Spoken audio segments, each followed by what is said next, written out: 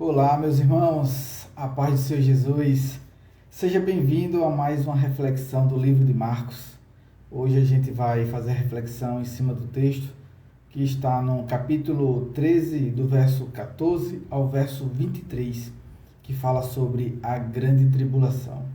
Só que antes da gente entrar nesse texto de hoje, a gente vai fazer um rápido resumo sobre o início do capítulo 13, para poder a gente começar a entrar no texto atual. Amém, meus irmãos? Então, assim, só para a gente começando a se familiarizar com o texto de hoje, após Jesus, sair do templo de Jerusalém, ele é indagado pelos seus discípulos, E a partir dessa pergunta, Jesus começa a falar de uma série de profecias. E do verso 13, aliás, do verso 5 ao 13, ele fala sobre os princípios das dores, das dores de uma tribulação que estava próxima de chegar, Essa tribulação que ele fala, os princípios das dores, é justamente o que ele próprio vai passar e posteriormente os seus discípulos. E aqui a gente vai entrar um pouquinho mais a fundo quando a gente for ler agora o texto. Amém, meus irmãos? Então vamos lá, começando do verso 1 do capítulo 13, o texto fala assim: Ao sair Jesus do templo, disse-lhe um de seus discípulos: Mestre, que pedras, que construções! Mas Jesus lhe disse: Vês estas grandes construções? Não ficará pedra sobre pedra que não seja derribada. Então essa aqui é a primeira profecia de Jesus, no capítulo 13. E ele continua aqui no verso 3. No Monte das Oliveiras, defronte do templo, achava-se Jesus assentado, quando Pedro, Tiago, João e André lhe perguntaram em particular: Dize-nos quando sucederão estas coisas e que sinal haverá quando todas elas estiverem para se cumprir-se. Ou para cumprir-se. Então, Jesus, no verso 5, ele diz: Vede que ninguém vos engane. Então, aqui ele já começa com um alerta. Todo o discurso, antes de eu ler aqui o restante, eu quero dizer que tudo que está no capítulo 13, ele fala de uma tribulação que está próxima desses dias aqui, que eles estão falando, e de uma tribulação que também aponta para o fim dos tempos. Então aqui, Jesus ele já começa no verso 5, fazendo um alerta. Vede que ninguém vos engane. E aí ele começa. Muitos virão em meu nome, dizendo, sou eu, e enganarão a muitos.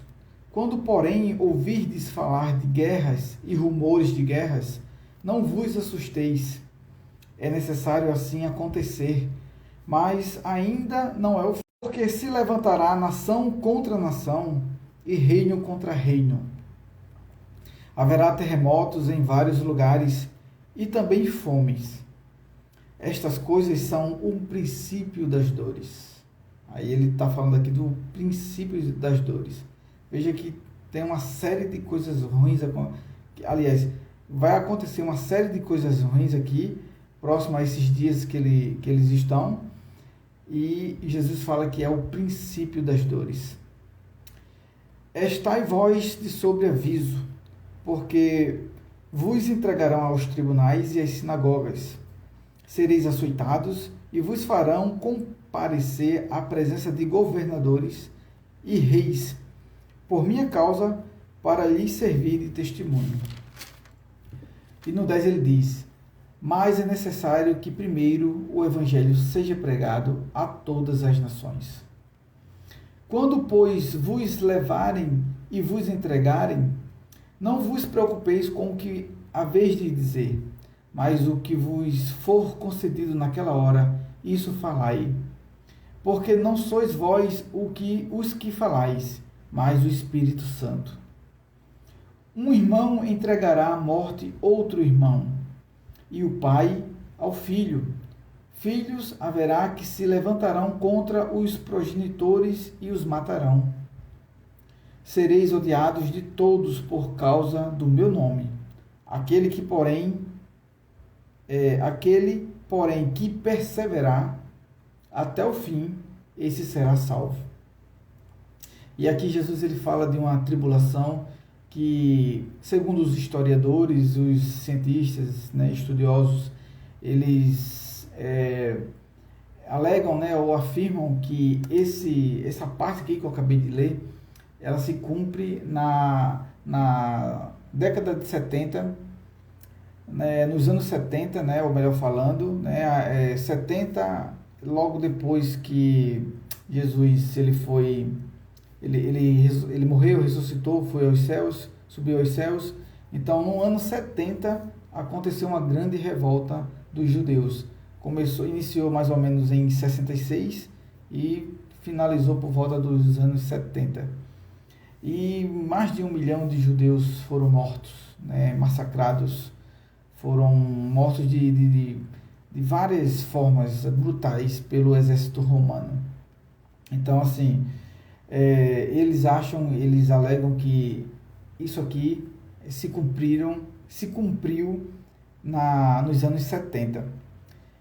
E o que a gente vai ler agora, a partir do verso 14 até o verso 23, isso aqui a gente vai ver também alguma coisa que a gente vai perceber que está encaixando no que eu acabei de ler, né, que se cumpriu nos anos 70, e também a gente vai ver que tem coisas que dá para imaginar, dá para perceber que aponta para o fim dos tempos. Até porque se você for ler outros textos paralelo a esse, que está no livro de Daniel mesmo, né, e também em Mateus, você vai ver que corrobora com as profecias aqui que está aqui no livro de Marcos. Amém, meus irmãos? Então vamos agora ler o texto atual. No verso 14, fala sobre a grande tribulação. E diz assim: quando, pois, virdes o abominável da desolação, situado onde não deve estar, aí ele colocou entre parênteses, né? Então, quem lê entenda, né? Então, os que estiverem na Judéia, fujam para os montes. Quem estiver em cima, no eirado, né, no telhado, né? Não desça, nem entre para tirar da sua casa alguma coisa. O que estiver no campo, não volte atrás para buscar sua capa. Ai das que estiverem grávidas e das que amamentarem naqueles dias. Orai para que isso não suceda no inverno, porque aqueles dias serão de tamanha tribulação, como nunca houve desde o princípio do mundo que Deus criou até agora e nunca jamais haverá. Esse texto aqui, ele aponta totalmente para o fim dos tempos, porque Jesus está falando de uma tribulação aqui, já envolvendo aqui a pessoa do anticristo, né? A gente vai ler em Apocalipse, a gente vê que tem muitos textos que vai corroborar, né? Que vai contribuir com essa informação aqui. E é uma tribulação que ele está falando que nunca houve ele fala assim, que desde o princípio do mundo, nunca houve, né, desde o princípio do mundo que Deus criou, até agora, né, até aquela data que ele estava falando, e nunca jamais haverá. Então, quando isso acontecer, vai ser uma vez só, né? Ainda bem, né, porque ninguém aguentaria uma tribulação desse porte aqui, né, porque aí é complicado e ninguém suportaria, né, uma segunda tribulação dessa. E ele continua aqui no 20, diz: não tivesse o Senhor abreviado aqueles dias, e ninguém se salvaria, mas por causa dos eleitos, né, por causa dos convertidos, que ele escolheu, abreviou tais dias. Aqui basicamente ele fala que Deus ele abreviou, né, ele acelerou esse tempo aqui da grande tribulação, justamente para a gente não perecer, para os filhos dele, né, os escolhidos, né, e outros que ainda ele estava dando e estará dando uma segunda chance, para que não perecesse, né, para que não pereça, na verdade, que isso ainda vai acontecer. Então ele fala aqui que Deus ele abreviou, né? Se não tivesse abreviado aqueles dias, ninguém se salvaria. É uma prova que ninguém suportaria tamanha tribulação. No 21 ele diz: então, se alguém vos disser, eis aqui o Cristo, ou ei-lo ali, não acrediteis, pois surgirão falsos cristos e falsos profetas, operando sinais e prodígios para enganar, se possível, os próprios eleitos. Estai vós de sobreaviso, tudo vos tenho predito. Amém, meus irmãos? Então aqui Jesus ele começa falando sobre uma tribulação suave, depois ele fala sobre uma grande tribulação, né, que foi do verso 14 ao 23 que eu acabei de ler. E é interessante que Jesus ele não fala somente de uma coisa ruim, né, que está por vir. Ele alerta várias vezes, ele também dá mensagem de esperança. E a gente vai ver aqui mensagem de esperança e mensagem de alerta em vários textos, aqui em vários versículos. No verso 23 ele fala o quê? Estai vós de sobreaviso, tudo vos tenho predito. Isso é um alerta. No 27 ele diz: e ele enviará os anjos e reunirá os seus escolhidos dos quatro ventos, da extremidade da terra até a extremidade do céu. E no 33 ele diz: estai de sobreaviso, vigiai e orai, porque não sabeis quando será o tempo. E aqui no verso 35 ele diz: vigiai, porque não sabeis quando virá o dono da casa, se à tarde, se à meia-noite, se ao cantar do galo, se pela manhã. No verso 37, ele finaliza dando o último alerta. Ele diz: o que, porém, vos digo a todos, vigiai. Gente, essa palavra aqui, vigiai, tem 3 textos, 33, 35 e 37. Isso não foi por acaso que o Senhor Jesus falou essa palavra. Eu, porém, vos digo, vigiai. Acredite na palavra do Senhor. Os dias de tribulações podem chegar nessa nossa geração, né? Ou não, mas a gente tem que estar orando e vigiando, a gente tem que estar firme na palavra do Senhor, porque a gente tem que acreditar na promessa de Deus, né? Ele nos alerta de algo terrível que está por vir, porque é como ele falou, né? É necessário que isso aconteça.